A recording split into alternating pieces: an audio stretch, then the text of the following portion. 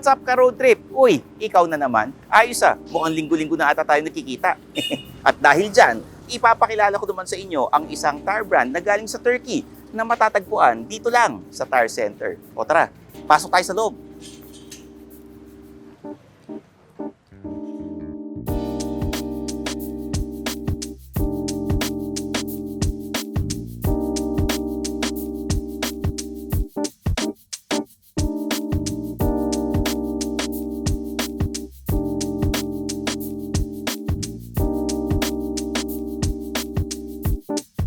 Ladies and gentlemen, I present to you Petlas Tires.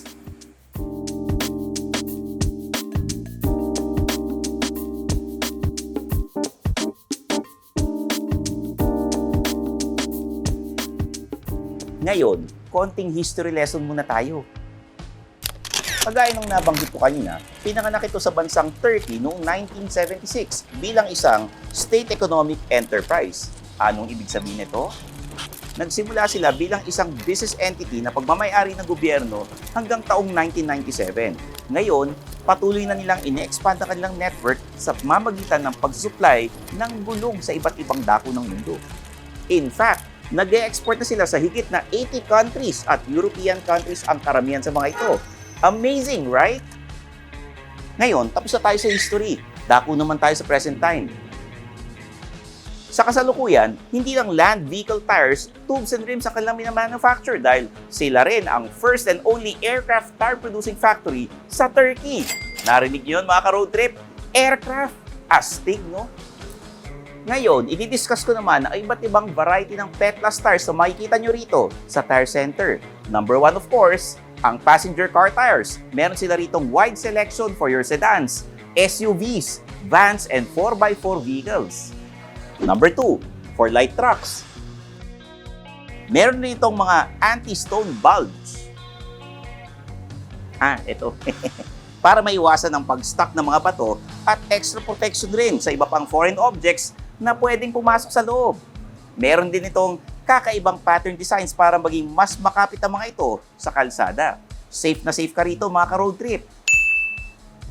Number 3, kumpleto rin sila pagdating sa mga industrial, agricultural at construction vehicles tulad ng mga forklift, compactor at marami pang iba.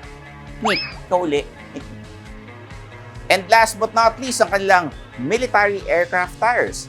Damage resistant na mga ito at specially designed para sa lahat ng klase ng pavement conditions. O ano, nahilo ba kayo? Sobrang dami.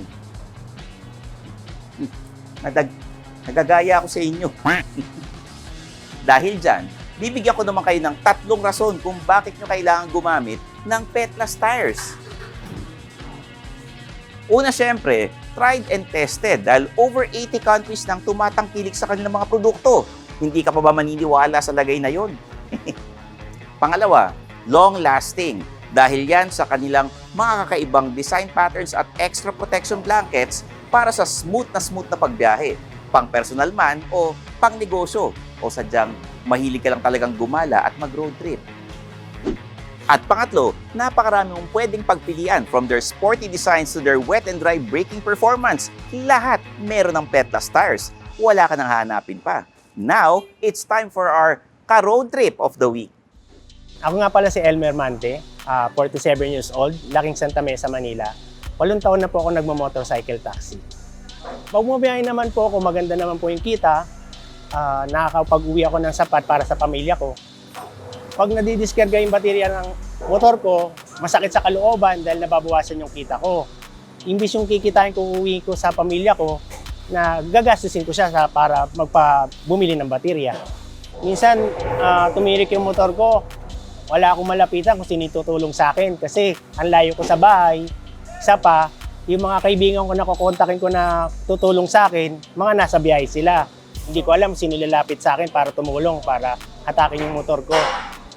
Napaka-importante sa akin yung bateryang maaasahan dahil kikita ko ng sapat para maibigay ko sa pamilya ko. Ay laking ginhawa para sa akin yan dahil sa Pinaco JP battery is matuloy-tuloy ang biyahe ko at mabibigay ko yung magandang kita para sa pamilya ko. Nagpapasalamat ako sa Pinaco JP battery dahil bibigyan niyo ako ng libreng baterya dahil malaking bagay ito sa pamilya ko at sa akin sa araw-araw ng biyahe ko. Dahil sa Pinako JP Battery, makakabayay ako ng tuloy-tuloy at kikita ako ng sapat para sa pamilya ko. So ayan na nga mga ka-road trip. Sana naman na-convince ko kayo na wise choice ang pagpili sa Petlas Tires. Dahil sabi nga nila, quality never goes out of style. I'm your host Stanley Chi, ang new senpai ng Turbuhan. Magkita-kits ulit tayo next week ha. O tara, road trip!